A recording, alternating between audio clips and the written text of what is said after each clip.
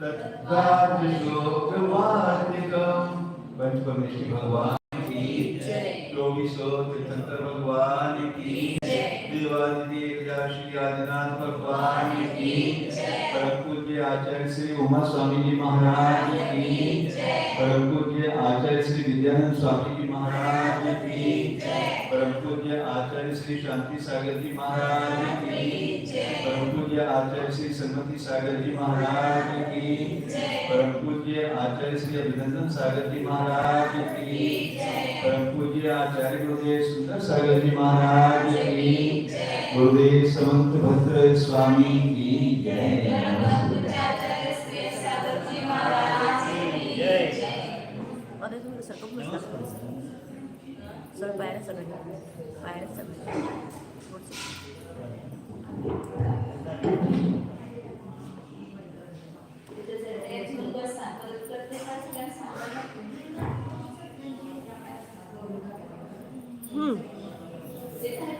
माताजी चालू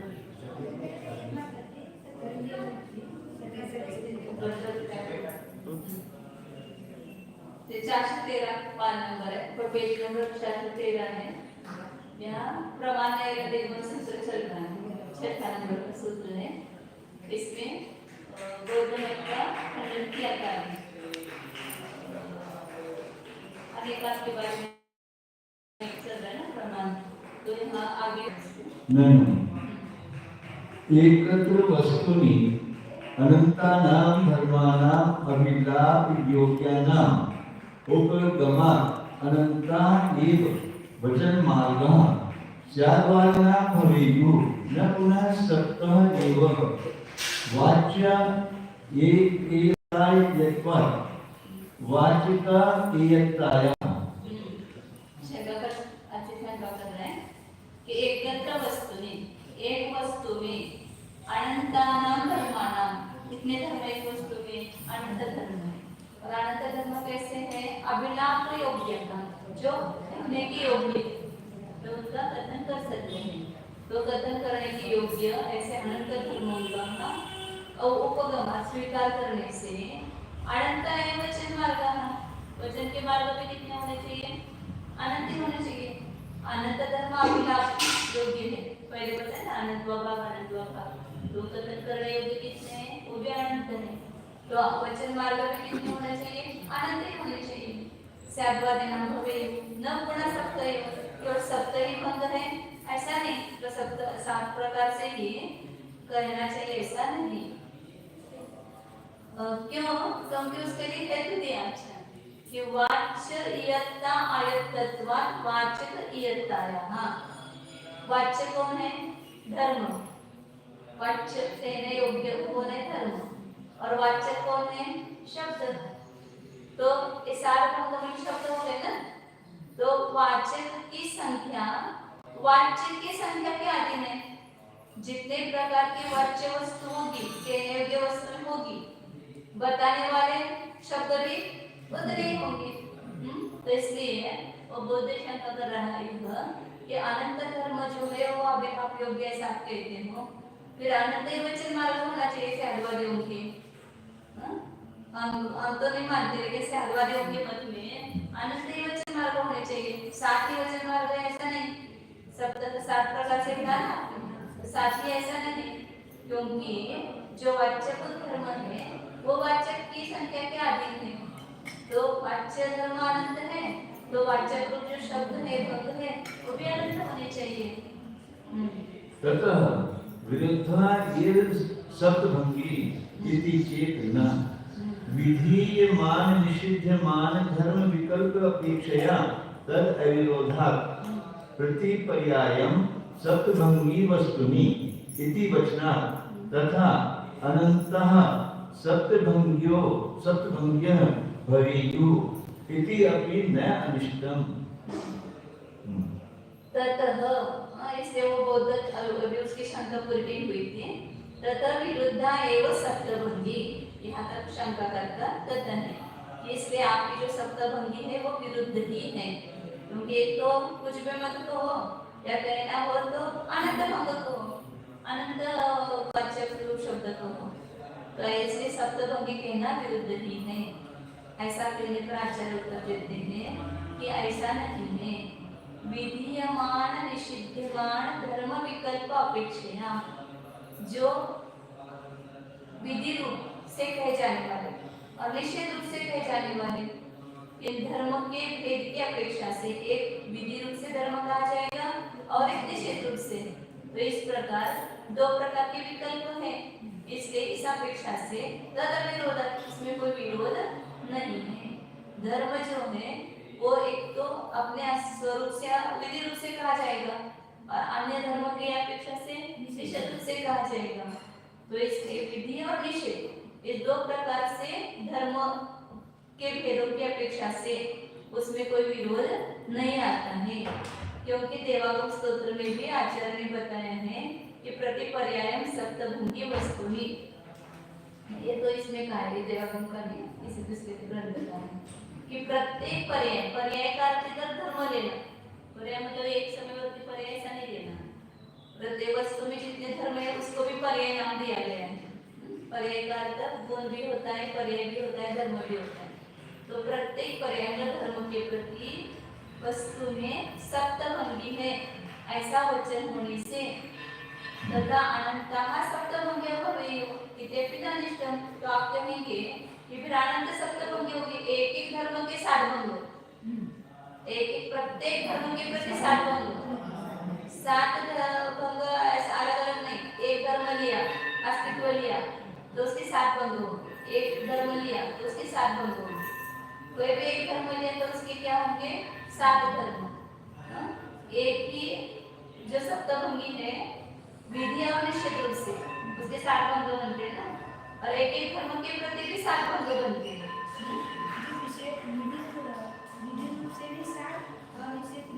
नहीं, विधि निषेध दोनों के साथ होंगे। एक धर्म लिया, जैसे नित्य धर्म लिया तो उसके 7 भंग होंगे, नित्य है, नित्य नहीं है, नित्य अनित्य दोनों, नित्य नित्य है नहीं है करेंगे, मतलब अस्तित्व नास्तिक रूप से लगाएंगे, एक ही धर्म को अस्तित्व नास्तिक रूप से लगाएंगे तो उसके 7 भंग, मतलब परस्पर विरोधी दो धर्म लेकर के सप्तभंगी एक होती है, एक सप्तभंगी एक एक धर्म को लेकर के भी 7 भंग लगाएंगे, वो अस्तित्व नास्तिक रूप से, मतलब एक अनेक नित्य अनित्य को लेकर के 7 भंग होंगे।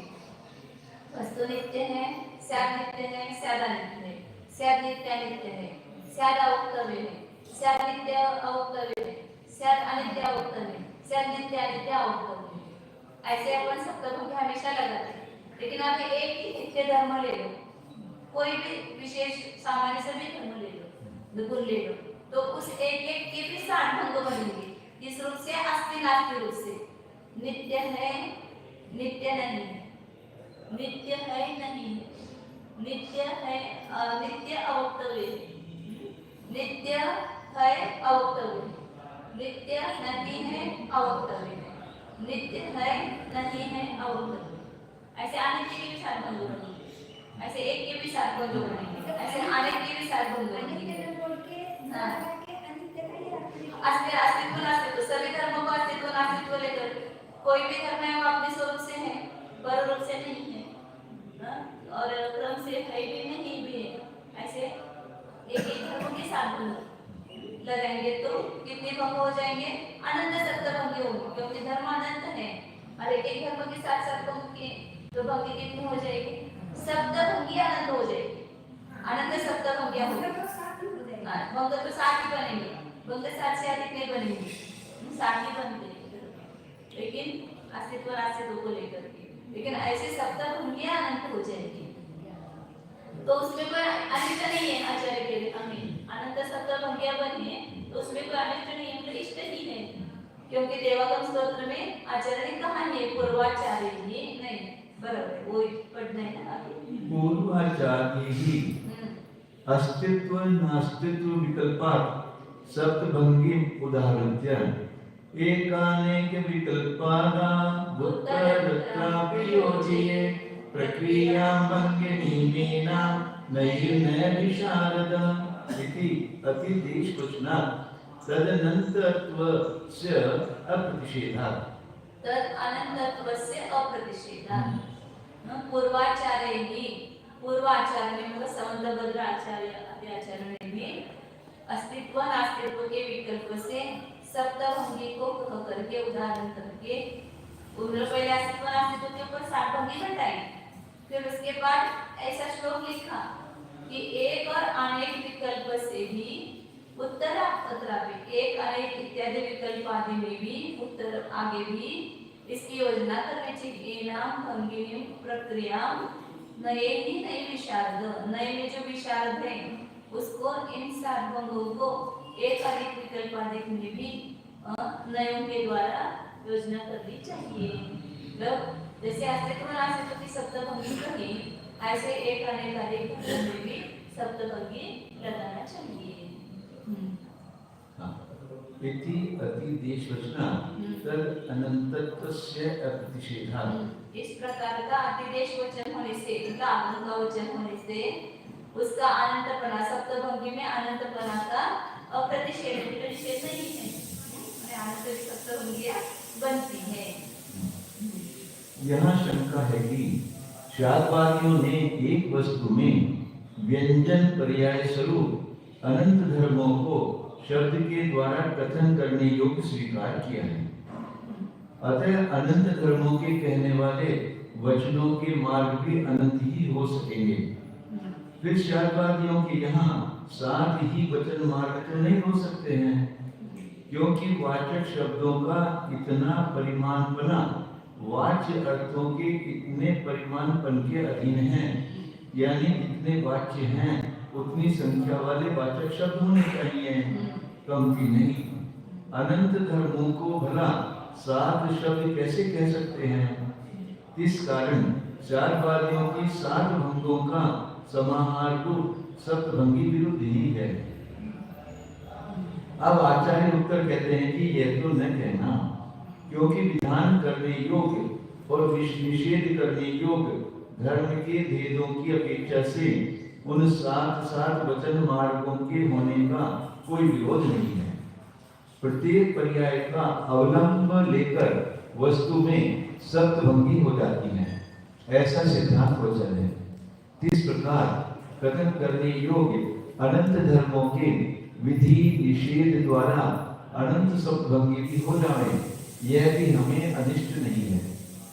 पहले के पूज्य श्री समंतभद्र आचार्य महाराज ने अस्तित्व नास्तित्व धर्मों के विकल्प से सप्तभंगी का उदाहरण देकर आत्ममीमांसा यानी देवालय स्तोत्र में कहा है कि अस्तित्व नास्तित्व धर्मों के समान एक अनेक नित्य अनित्य तत् अतत् आदि उत्तरोत्तर धर्मों में भी इस सप्तभंगी के अधीन होने वाली प्रक्रिया को नयवाद में प्रवीण शास्त्रवादी विद्वान सुनयो करके युक्ति पूर्वक जोड़ देवे या समझा देवे।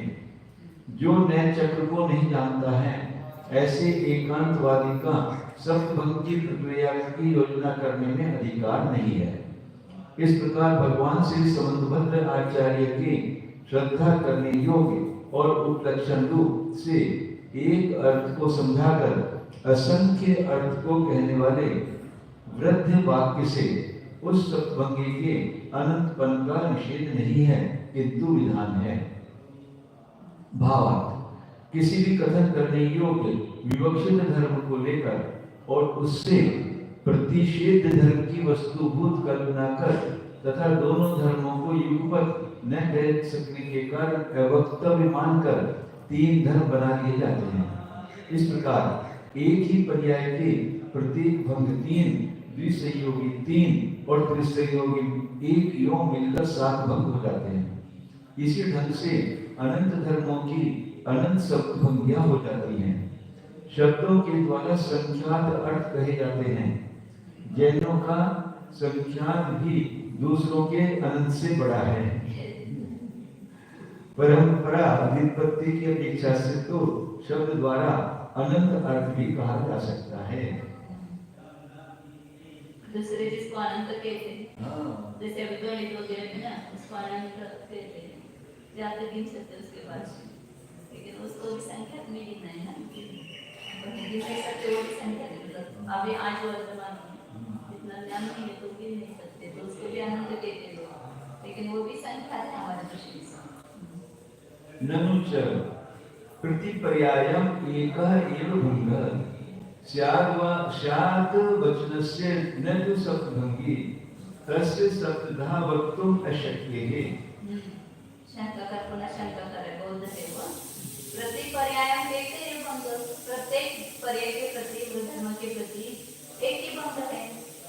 तो वचनस्य न तु सप्तभङ्गी, वचन का एक ही भंग होगा। प्रत्येक धर्म एक एक वचन एक एक धर्म को कहेगा ना। न तो सप्तभंगी, सप्तभंगी नहीं है क्योंकि तस्य सप्तधा वक्तुम् अशक्य है। एक ही पर्याय को एक ही धर्म को 7 प्रकार से कहना शक्य नहीं है। ऐसा बोध किया है कि प्रत्येक धर्म का एक ही भंग होगा, वचन जो है उसके सप्तभंग नहीं होगा। पर्याय शब्द ही तु तस्य अभिधाने कथं तन्नियमः सहस्रभङ्ग्याः अपि तथा निषेद्धुम् अशक्यः इति चेत् न एतत् सारं प्रश्नवशात् इति वचनात्। वो कहता है कि आप यदि कहेंगे किसी एक धर्म के लिए पर्यायवाची बहुत सारे शब्द होते हैं ना, जैसे जीव है तो प्राणी है, सत्व है, आत्मा है, शरीर है, देवी है, बहुत सारे शब्दों का प्रयोग करते हैं। तो पर्याय शब्दों से उसका कथन करने पर वो सप्तभंग बन जाते, ऐसा कहेंगे आप तो आप साथ ही गणित में रहेगा। तो एक वाक्य के 1000 शब्द है तो उसका नियम नहीं रहेगा। प्रथम का नियम 7 भंग का नियम कैसे रहेगा? सहस्रभंग आपकी 1000 भंगों के द्वारा भी उसका कथन हो सकता है। तथा निषेध कर सकते हैं, उस प्रकार से निषेध करना शक्य नहीं है। मतलब पर्याय शब्दों को ही आप यदि अलग अलग भंग करेंगे, जैसे पर्याय शब्दों के एक ही अर्थ के लिए अलग अलग शब्द होते हैं ना, जैसे पानी है तो जल, शरीर, अंगु, पाथस वगैरह से बहुत सारे पयस, ये सब नाम समानार्थी शब्द है। तो समानार्थी शब्दों की अपेक्षा बन जाता है, ऐसा कहेंगे समानार्थी शब्द साथ ही नहीं है, 1000 हो सकते हैं। तो 1000 विभंगी होने का फिर वो हो जाएगी और उसका निषेध नहीं कर सकते। तो बहुत ही शंका करायला लागलेला आहे। तुम्ही सप्तभंग तुमचे घटित होत नाही, त्याला सांग सिद्ध काय करायचं आहे, सप्तभंग घटित होत नाही कारण का भंग 7च नाहीये। पण शब्द तर एका धर्माला एक शब्द येणार। तर तुम्ही म्हणाल पर्यायवाची शब्दाने त्याचं कथन करतो म्हटलं तर पर्यायवाची शब्द 1000 असतील, मग 7च भंग होतात, हे कसं तुमचा नियम घटित होत नाही? 1000 पण भंग होतील। पर्यायवाची पण एक शब्द घेतला तर त्याचे 7च होणार। नाही त्याला तो त्याची शंका येते, शंका म्हणजे त्याचं मत आहे। शंका म्हणजे पर्यायवाची शब्दाचे 7 भंग होते, धर्माचे 7 भंग होतात। कुठला पण धर्म एक घेतला तर त्याचे 7 भंग होतात। आगे प्रश्न वशाली योजना, फिर उसका उत्तर दिया आचार्य ने कि ये जो 7 भंग बने हैं वो प्रश्न के वजह से हुए हैं। किसी एक धर्म के प्रति प्रश्न 7 ही होंगे, 7 से ज्यादा प्रश्न नहीं हो सकते। इसलिए प्रश्न के वजह से इस प्रकार का वचन कहा है। तस्य सप्तधा प्रवृत्तो तत्प्रतिवचनस्य सप्तविधत्व उत्पत्तेः। प्रश्नस्य तु सप्तधा प्रवृत्तिः वस्तुनि एकस्य पर्यायस्य अभिधाने पर्यायान्तराणाम् अपेक्ष सिद्धेः आक्षेप सिद्धेः। तो प्रश्न के वजह से 7 भंग होते ऐसा कहा ना, तो तस्य सप्तधा प्रवृत्तो, तस्य में शब्द प्रश्नस्य, प्रश्न जो है वो 7 प्रकार से प्रवृत्त होने पर उसका जो प्रतिवचन में उत्तर है वो भी क्या होगा, 7 प्रकार से उत्पन्न होगा ना। तो 7 प्रश्न कैसे होंगे? है क्या वस्तु, नहीं है क्या, है और नहीं दोनों है क्या, एक साथ बताओ दोनों को, बता सकते हैं क्या, या होकर के है अवक्तव्य है क्या, नहीं है इससे अवक्तव्य है क्या, या है नहीं दोनों होकर के भी अवक्तव्य है क्या। अब इससे ज्यादा प्रश्न नहीं हो सकते। तो उसकी 7 प्रकार की प्रवृत्ति जो है होने पर उसके जो उत्तर होगा वो भी सप्तविधत्व, उसको भी 7 प्रकारपणा प्राप्त होता है। प्रश्न से जो सप्तधा प्रवृत्ति, प्रश्न के जो 7 प्रकार की प्रवृत्ति है वो वस्तुनि एकस्य पर्याय से अभिधाने वस्तु में जो एक पर्याय है एक धर्म है उसके कथन करने में पर्याय अंतराना आक्षेप सिद्धे हैं। एक के कथन करने पर उसके साथ ये 6 जो पर्यांतर है उसके आक्षेप करते हैं। 7 प्रकार का आक्षेप सिद्ध होता है।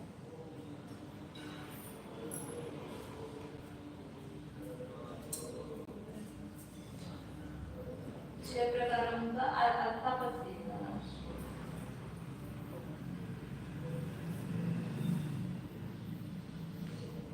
आक्षेप कर ले।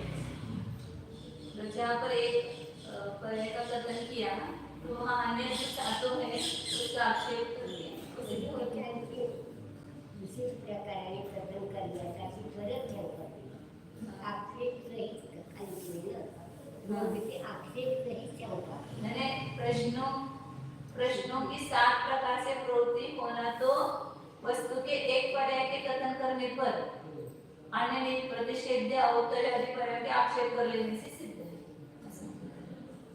प्रश्नाची 7 प्रकार की प्रवृत्ति होती है तो उसके उत्तर जो हो वो भी 7 प्रकार के होंगे और प्रश्न की 7 प्रकार की प्रवृत्ति कैसे होगी तो वस्तु में एक पर्याय का कथन किया तो दूसरे पर्याय का उसमें आक्षेप सिद्ध होता है।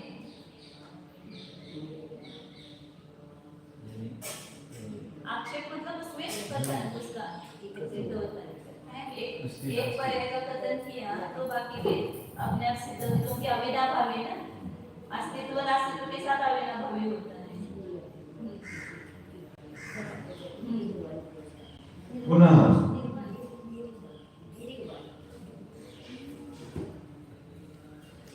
बोध की आक्षेप सही शंका की प्रत्येक पर्याय की अपेक्षा से वचन का भंग एक ही होना चाहिए। 7 भंग तो नहीं हो सकते हैं क्योंकि एक अर्थ का 7 प्रकार से कहना अशक्य है। यदि घट कलश कुंभ या इंद्र शक्र पुरंदर के समान यहाँ भी पर्यायवाची 7 शब्दों करके उस एक का निरूपण करोगे तब तो 7 का ही नियम कैसे रहा। 10, 50 और हजारों भंगों के समाहार का भी निषेध नहीं कर सकते हो।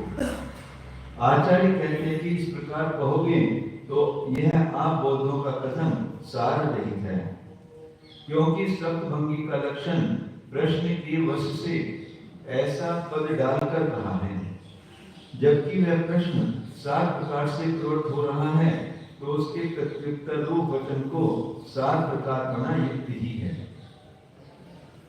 प्रश्नों की 7 प्रकार से प्रवृत्ति होना तो वस्तु में एक पर्याय के कथन करने पर अन्य प्रतिषेध वक्तव्य आदि पर्यायों के आक्षेप कर लेने से सिद्ध है। यानी एक के कथन करने पर उसके साथ ही गम्यमान 6 धर्मों का अर्थापत्ति से ग्रहण कर लिया जाता है। उनको प्रश्न कोटि में डालकर 7 प्रकार के भंग रूप उत्तर दे दिए जाते हैं। आक्षेप मतलब रखना एक धर्म बताया तो उसमें बाकी के 6 धर्म रखे जाते हैं। क्यों? क्योंकि आगे बताएंगे वो उससे अविनाभावी है। जहाँ अस्तित्व आएगा वहाँ नास्तित्व आएगा ही नहीं हमसे क्योंकि अविनाभावी है और अस्तित्व नास्तित्व है तो दोनों क्रम से और युग पर दोनों आएंगे। उतः तद आक्षेपः इति चेत् तस्य तत् आंतर्यकत्वात् उत्तर तद आक्षेप शंकाकार पूछता है एक पर्याय के कथन करने पर बाकी सब पर्यायों का उसमें आक्षेप होता है। ऐसा आपने कहा तो कैसे होता है उसमें आक्षेप क्यों होता है? एक धर्म का तो बाकी के 6 धर्मों का उसमें आक्षेप हो जाता है कथन हो जाता है। एक का कथन किया तो बाकी सब का कथन हो जाता है। भाई कैसे? तो उसका उत्तर दिया तस्य तन्न आंतर्यकत्वात् क्योंकि उस एक धर्म के बाकी के सभी धर्म अविनाभावी है उसके बिना नहीं होते। अस्तित्व धर्म नास्तित्व के बिना नहीं होता है। अस्तित्व धर्म उभय के बिना नहीं होता है मतलब उन सब में अविनाभाव है इसलिए एक का कथन करने पर बाकी सबका कथन हो जाता है। यथेहि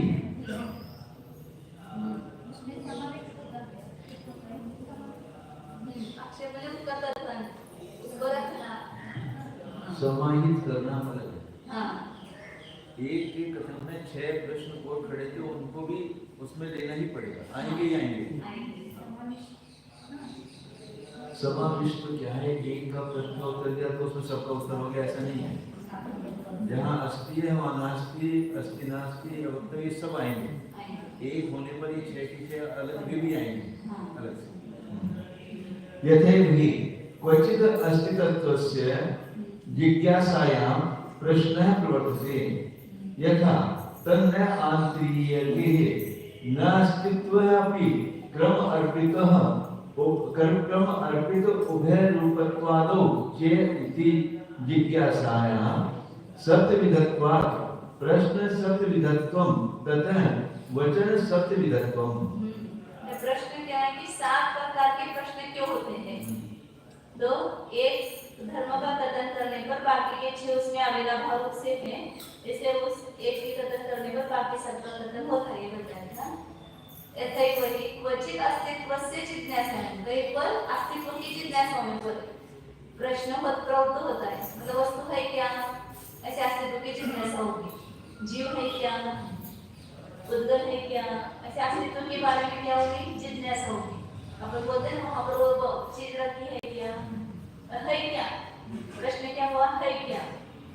तो अस्तित्व के बारे में जिज्ञासा हुई तो प्रश्न प्रवृत्त हुआ। उसी प्रकार उसके अविनाभावी नास्तित्व में भी जिज्ञासा होने पर नास्तित्व का प्रश्न नहीं है क्या, फिर ऐसी जिज्ञासा हुई तो प्रश्न वैसा ही हुआ। हाँ, मतलब यहाँ पर आप प्रश्न 7 वस्तु में 7 धर्म क्यों बताए, क्योंकि प्रश्न 7 प्रकार के होते हैं, तो उसके उत्तर भी 7 प्रकार के हैं। अब 7 प्रकार के क्यों प्रश्न होते हैं, तो जिज्ञासा जान लेने की इच्छा वो 7 प्रकार से होती है, इसलिए प्रश्न भी 7 प्रकार के होते हैं। तो अस्तित्व की जिज्ञासा होने पर अस्तित्व के बारे में प्रश्न होता है, नास्तित्व के बारे में जिज्ञासा होने पर नास्तित्व संबंधी प्रश्न होगा। क्रम से है या नहीं है ऐसा जिज्ञासा होने पर वो तीसरा वह हो गया अस्तित्व नास्तित्व। और क्रम से उभय रूपत्वादि, बाकी के आगे के भी लेना, युगपत दोनों है क्या, ऐसा प्रश्न होने पर जिज्ञासा होने पर वैसा प्रश्न होगा।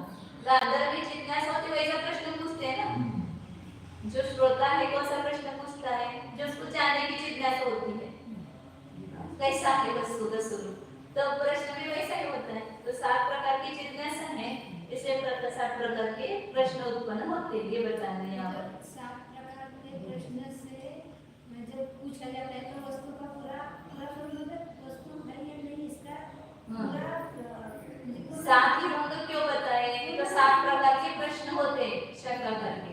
फिर 7 प्रकार के प्रश्न आपको क्यों उठते हैं, तो जानने की जिज्ञासा 7 ही प्रकार की होती है। अब आगे बताएंगे 7 ही जिज्ञासा क्या होती है, आगे बताएंगे इसका उत्तर। जिज्ञासा 7 प्रकार बना होने से प्रश्न का भी 7 प्रकार बना है, इसलिए उसके वचन मतलब उत्तर भी 7 प्रकार के हैं।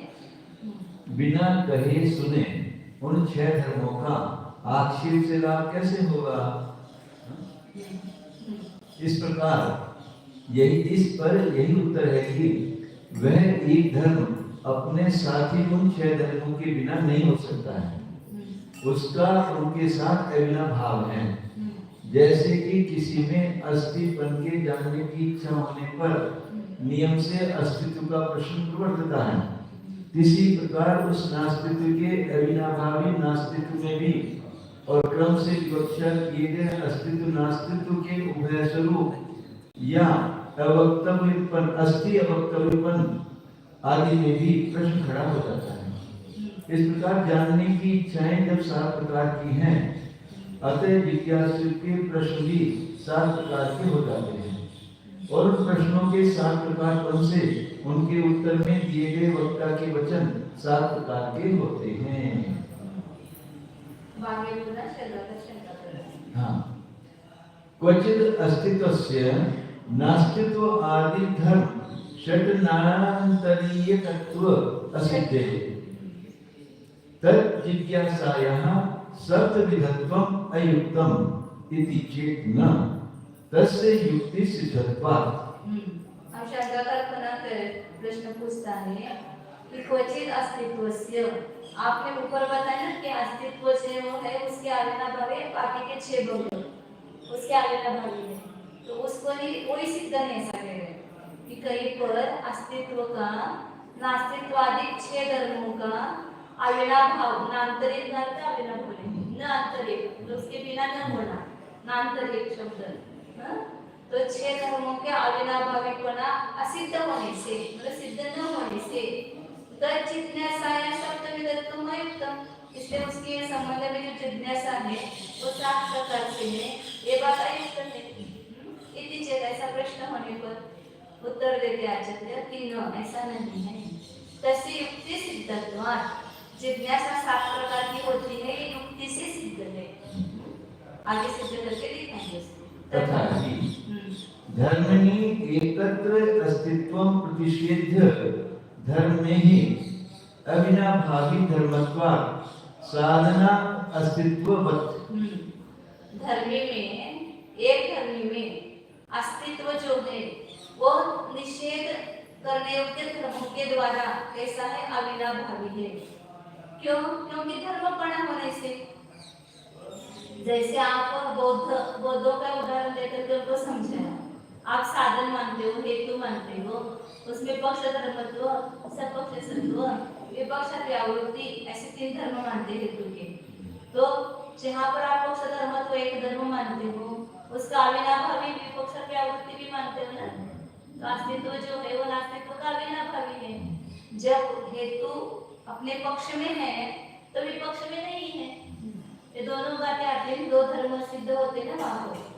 तो जिस प्रकार साधन का अस्तित्व प्रतिषेधित धर्मों से अविनाभावी है, ऐसे वस्तु में जो अस्तित्व धर्म है वो निषेध करने योग्य अन्य धर्मों की अपेक्षा से अविनाभावी है। उसके साथ मतलब एक धर्म कहेंगे, वस्तु अपने स्वरूप से है ऐसा कहेंगे, तो पर रूप से नहीं है, ये उसके साथ में अविनाभाव रूप से है।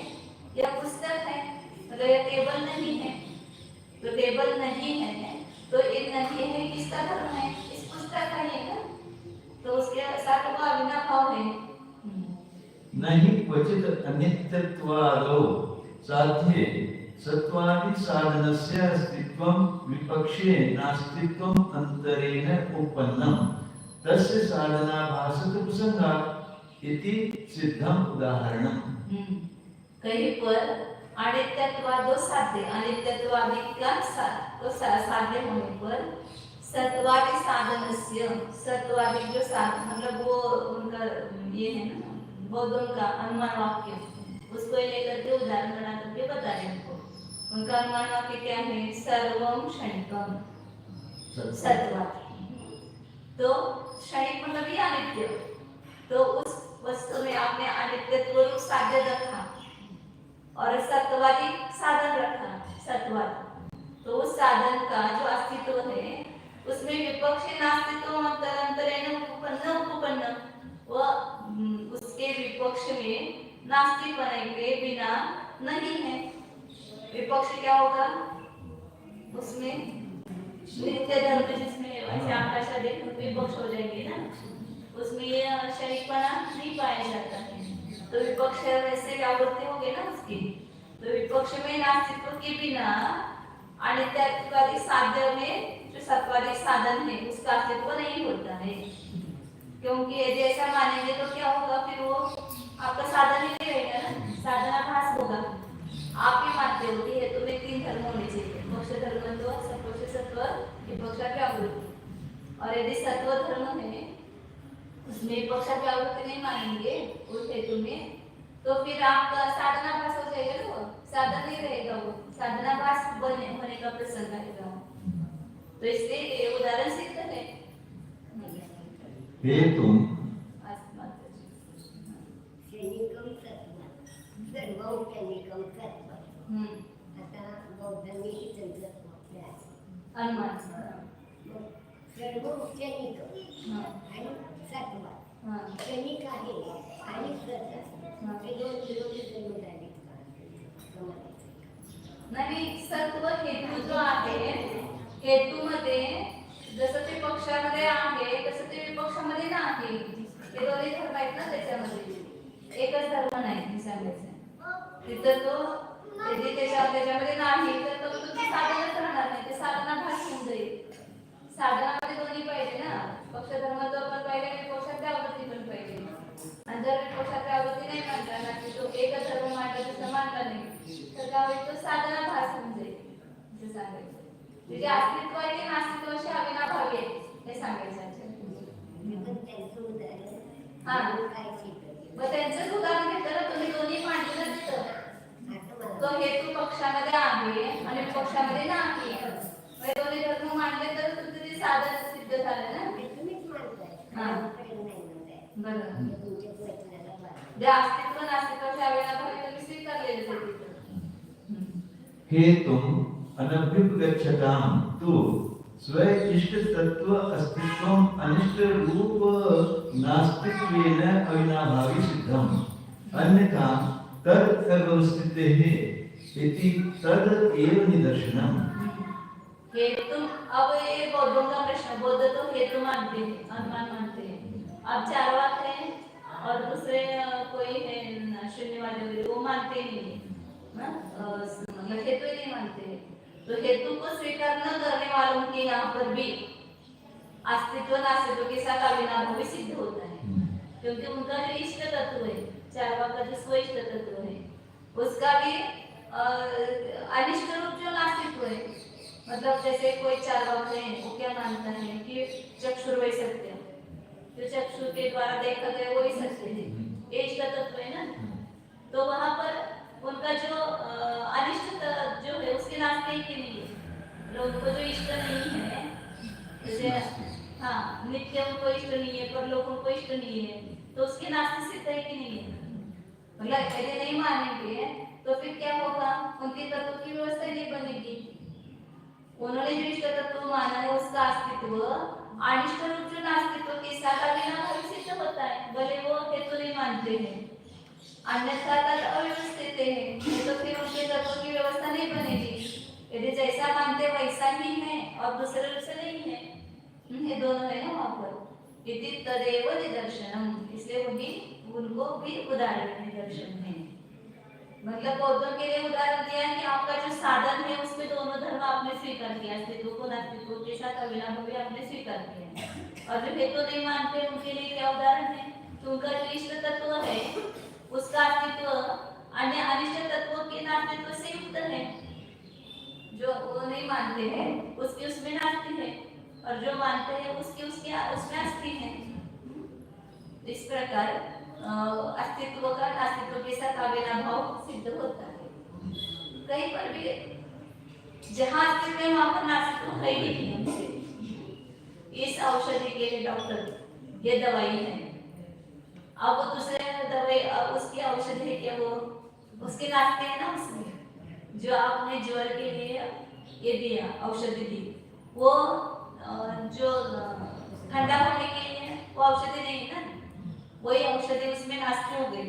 मग एक रोग की तो औषधि है और दूसरे रोग की औषधि नहीं है, तो उसमें ही अस्त्य और नास्ती दोनों सिद्ध हो गए. ऐसे प्रत्येक वस्तु में जहाँ अस्तित्व है, मैं चैतन्य स्वरूप हूँ, आत्मा चैतन्य स्वरूप है ना, बोला अचेतन नहीं है, उसमें अस्त्य आवृत्ति नहीं है.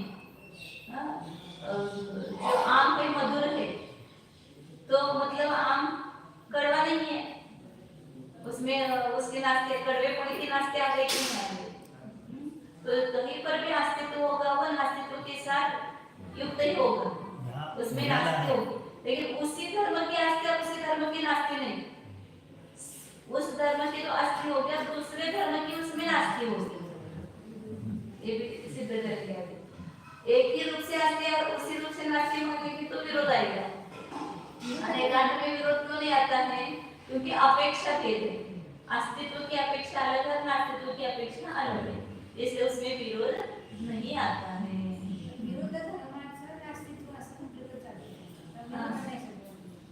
दुसऱ्या धर्मांचं परत दुसऱ्या धर्मांचं ते तो धर्म सोडून बाकीच्या धर्माची नास्ती. कोई पूछता है कि कहीं कहीं तो अस्तित्व का नास्तिकपन आदि 6 धर्मों से अविनाभावीपना असिद्ध है। 10 और 5 15 होते हैं। दूसरे को दुख उपजाने से पाप बंद होता है आदि स्थलों पर अकेला अस्थिपन ही वर्त रहा है, अन्य नास्तिकपन अवक्तव्य आदि नहीं। अतः उनकी जिज्ञासाओं को भी 7 प्रकारपन अयुक्त है। मूल ही नहीं तो शाखा कैसे उपज सकती है? उसके सिद्धांत के लिए भी दृष्टांत दिया। 5 10 और 5 15 हुए ना, अनास्तिक आनंद है ना? 16 है क्या? नहीं है। दूसरे को दुख उपजाने से पाप बंद होता है क्या? पुण्य बंद भी होता है क्या? पाप बंद नहीं होता है ना। ऐसा मतलब वो दृष्टांत सब अपने लिए दृष्टांत देते हैं सबको। आचार्य कहते हैं कि यह तो न कहना, क्योंकि उस एक धर्म का 6 धर्मों से अविनाभावीपन युक्तियों से सिद्ध है। उसी को ग्रंथकार स्पष्ट कर कहते हैं, अनेक धर्म वाले एक धर्मी में एक अस्थिपना धर्म पक्ष अपने निषेध करने योग्य नास्तित्व और अवक्तव्य आदि धर्मों के साथ अविनाभावी है।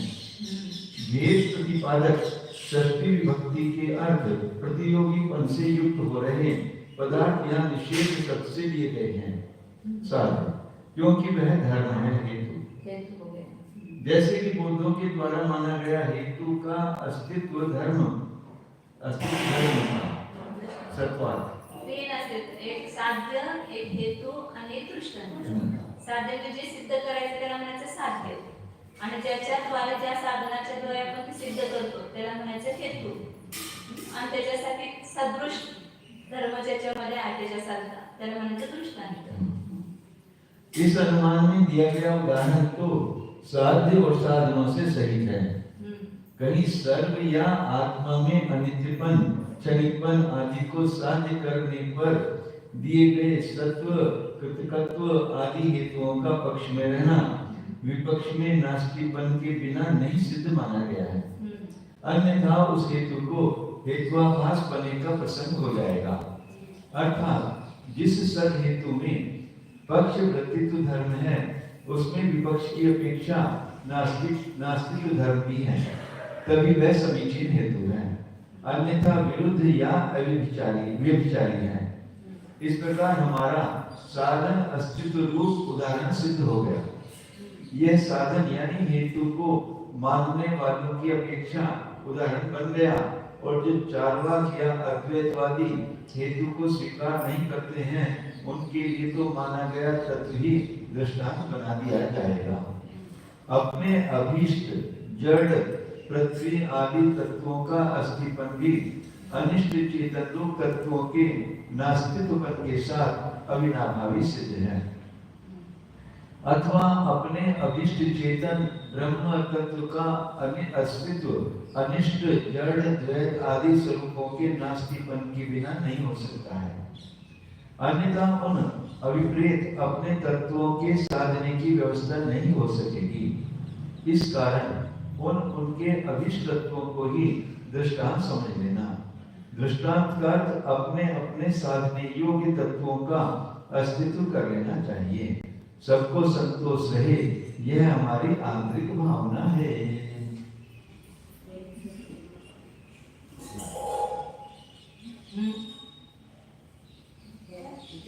अपने अभिष्ट आदि तत्व अनित्य चेतन तत्व के नास्तित्व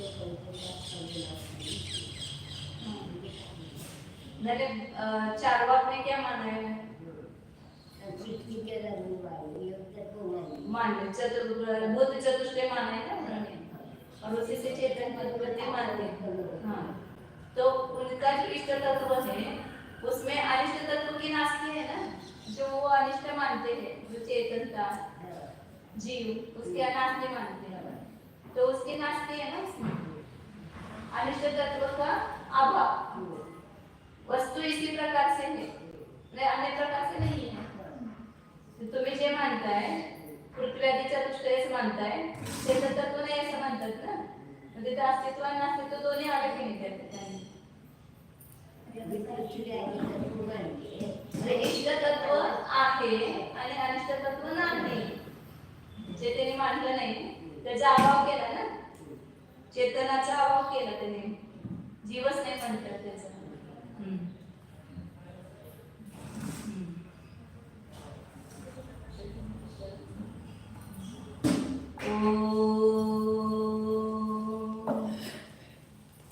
जानिए यह मैं शुद्ध चैतन्य मन जीव हूँ। जानो अपने को, मैं स्वरूप से हूँ। कौन सा स्वरूप है मेरा, वो दिखाई नहीं देता है, क्योंकि यह अमूर्तिक तत्व आंखों से दिखाई नहीं देता, लेकिन उस अमूर्तिक वस्तु का अनुभव होता है। उस अनुभव प्रत्यक्ष से अंतरंग में देखो, इसी देह देवालय में ये भगवान आत्मा विराजमान है, परमात्मा है। उसको स्वरूप से ग्रहण कीजिए, ये मैं हूँ, ये देह मैं नहीं हूँ। देह की मुझ में आस्ति है, देह रूप से मेरा नास्तित्व धर्म है और चेतन रूप से मेरा अस्तित्व धर्म है। ऐसा एक ही समय में अस्ति नास्ति रूप में अनेकांत स्वरूप जीव पदार्थ हूँ।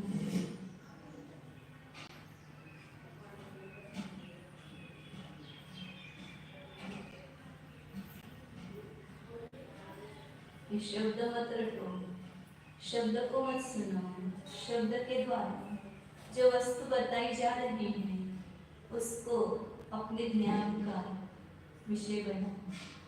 है ऐसा ही चैतन्य का पिंड इसमें है और वह अनेकांत स्वरूप है। ऐसे अनेकांत स्वरूप अपने जीव द्रव्य का सानुभव प्रत्यक्ष से वेदन करो, मतलब यह मैं हूँ ऐसी प्रतीति करो।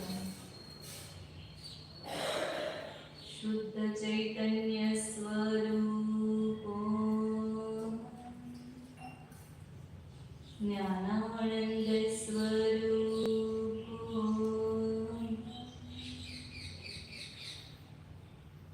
चैतन्य रत्नाकर स्वरूपो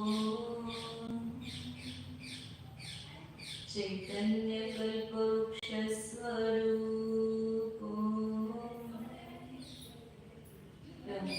ज्ञायक स्वरूपो शुद्धो एको